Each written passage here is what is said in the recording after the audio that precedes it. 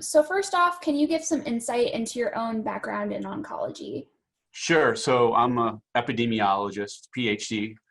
I've been conducting research for 2 decades now, for about 20 years. I started off doing sort of, traditional molecular epidemiology research, trying to understand the role of genetics in relation to disease. And then started getting into sort of health disparities throughout that research, understanding that there is substantial disparities across a variety of different subgroups. Certainly when we think of disparities, we usually think about race and ethnicity, but it doesn't stop there. It's also, age and socioeconomic status, and even where you live, rural areas versus living in more populous areas.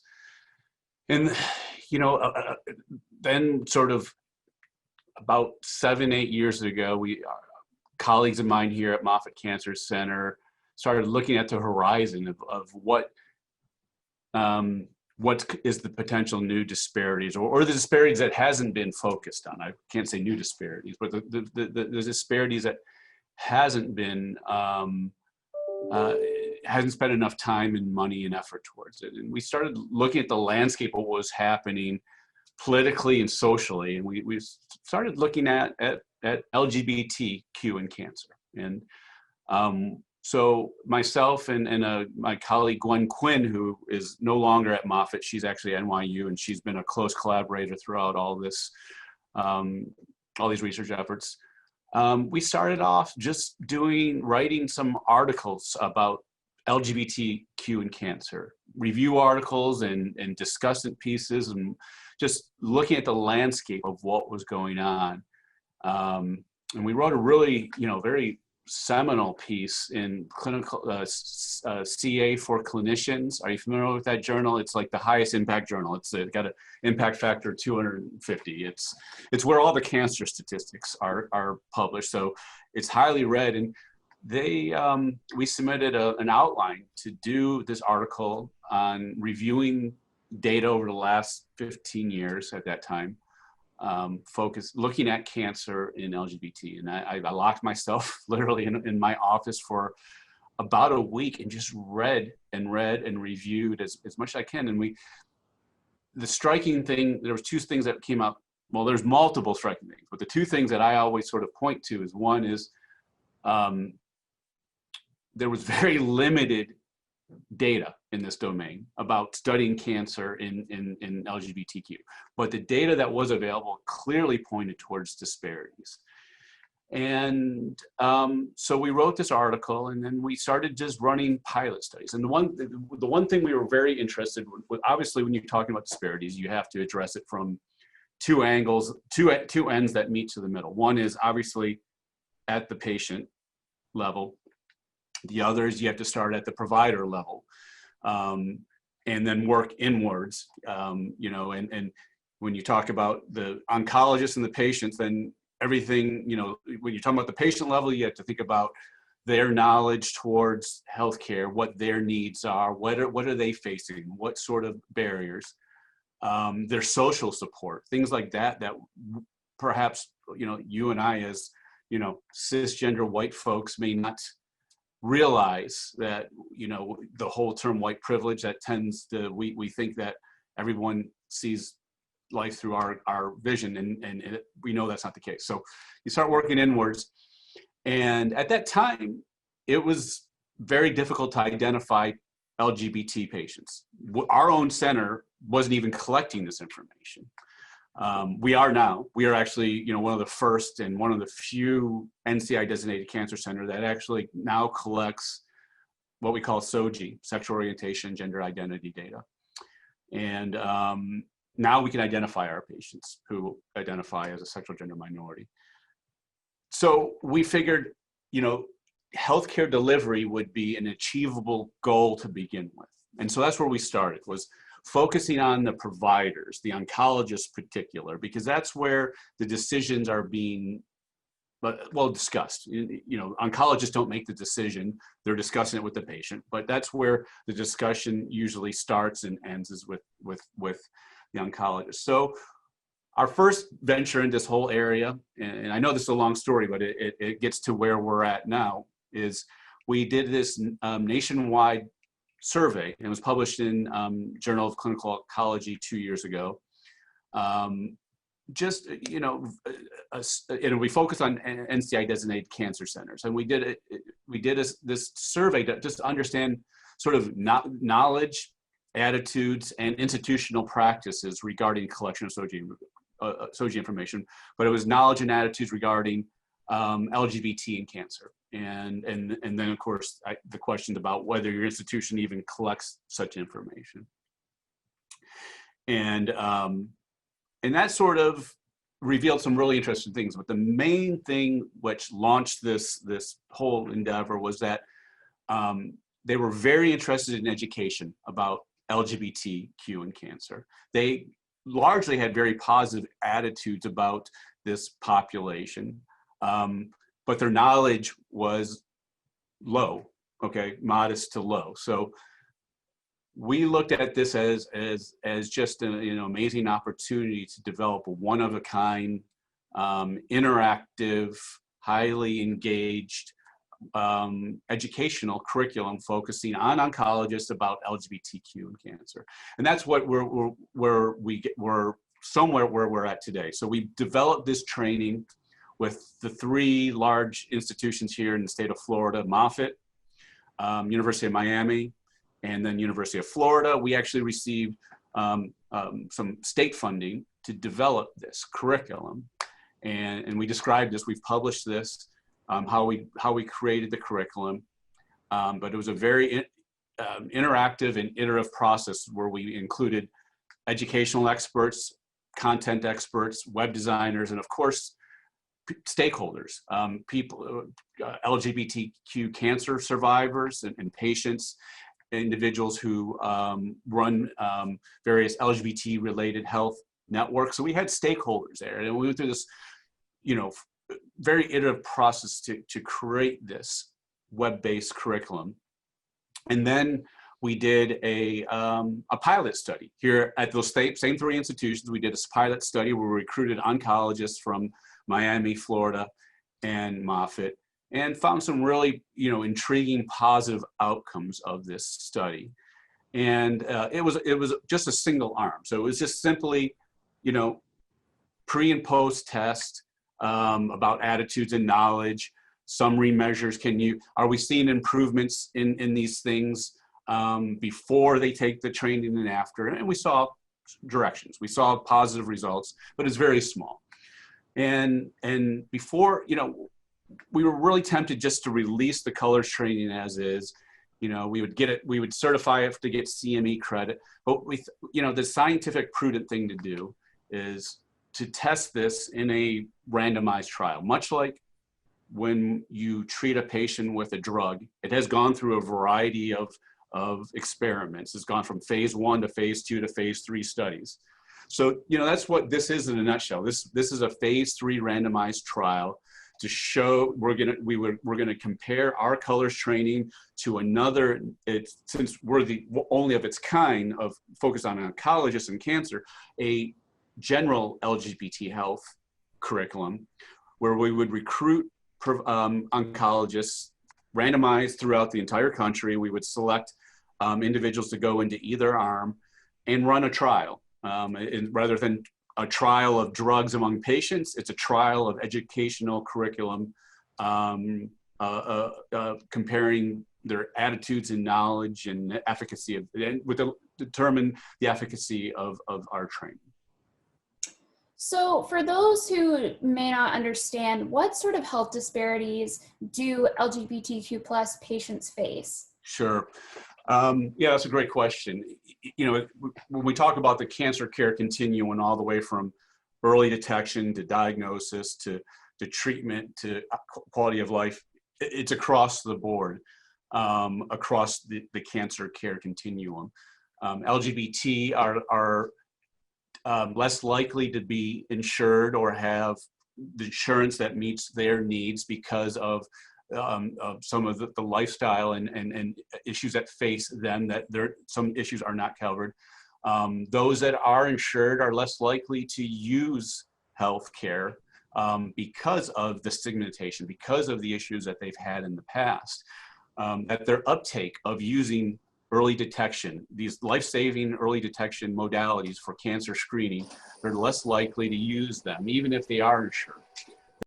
And they're more likely to receive critical care at the ER rather than using a practitioner for their yearly and day-to-day needs, much like you see in a lot of racial and ethnic disparities or people with low SES.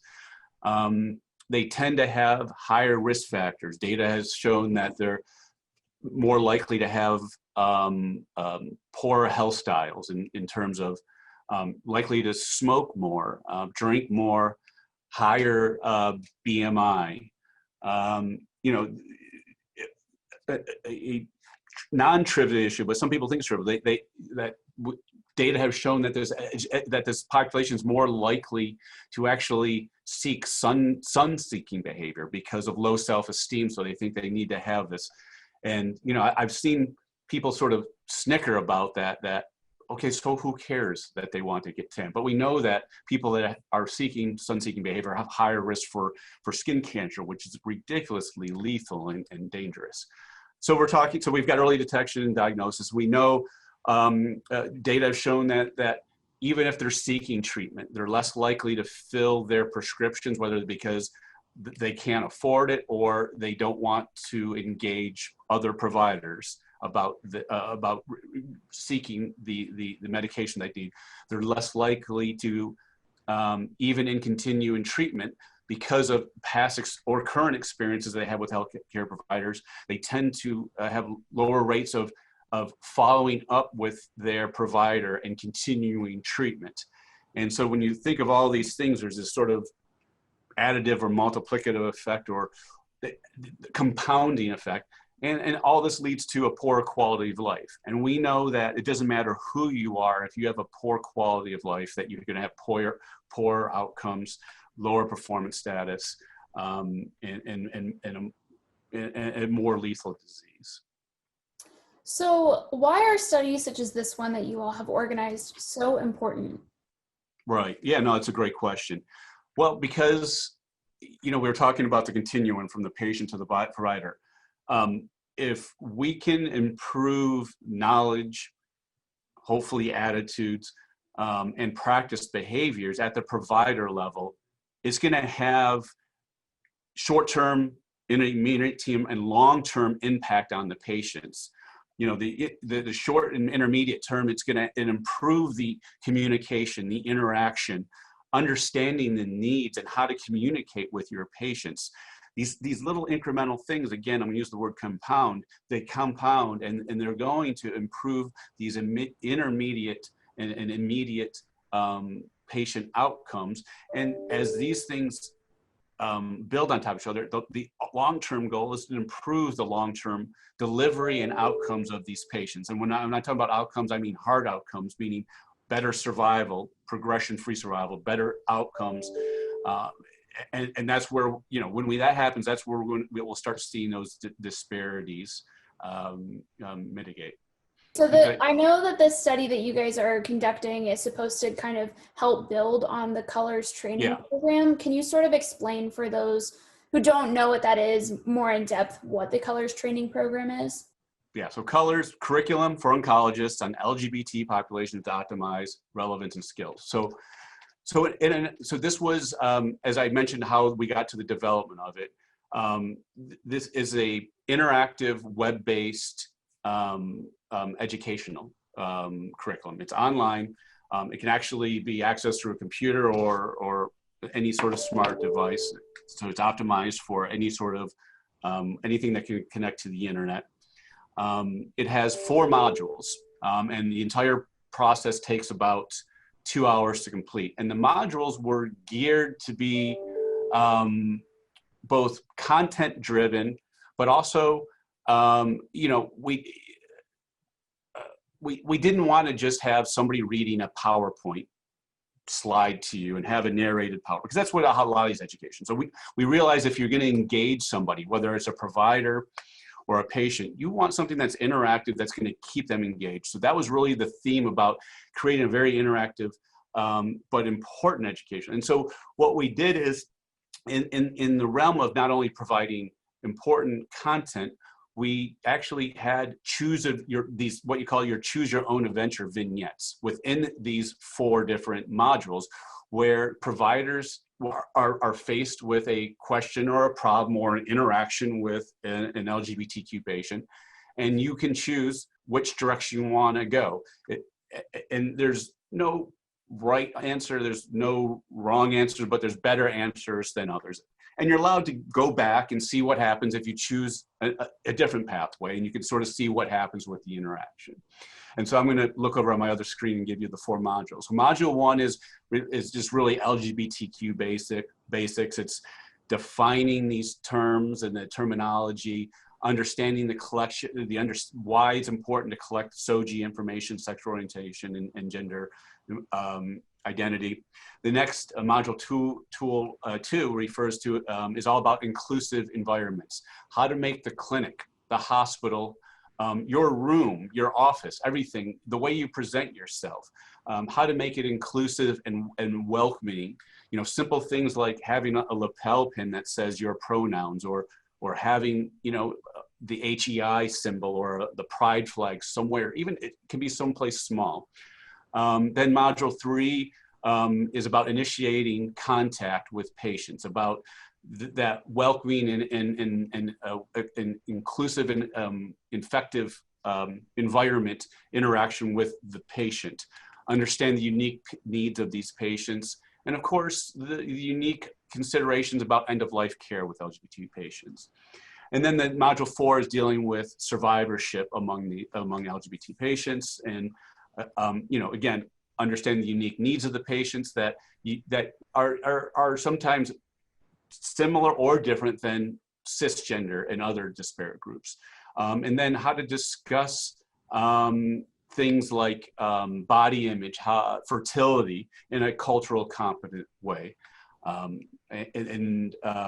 Yeah, and so those are basically the four modules, and within each of them we have these little vignettes that we really went out of our way to make sure that intersectionality was addressed too, implicitly and explicitly. You know, a lot of these,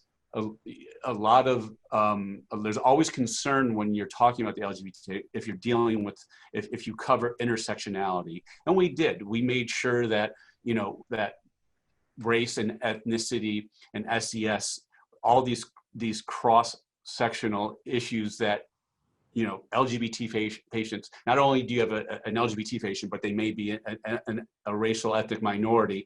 We want to make sure those things were covered, because that is always an important concern when we talk about this population. Absolutely. Well, that's all I have for you. Is there anything that I didn't ask that you think is worth mentioning in this space? No, I think you did. I think we've got everything. I think the most important is, you know, we have to, you know, we saw what happened with racial and ethnic minorities over the last 2 decades. We identified the problem. We worked at it conservatively. You know, there was funding for it. Research was focused on, and we've seen over the last several years, we see the cancer statistics. I'm not saying racial and ethnic disparities have gone away, but we've seen how we close the gap for racial and ethnic minorities. If we do the same thing with the LGBTQ community, somewhere in the near future, we can see that gap in disparities close, because we know it works when you spend money, time, and effort. We're going to see outcomes eventually, and I think, you know, eventually we'll do the same thing with this population. Hopefully so. Yeah. Well, thank you so much for taking the time to speak with me. I really do appreciate it. My pleasure.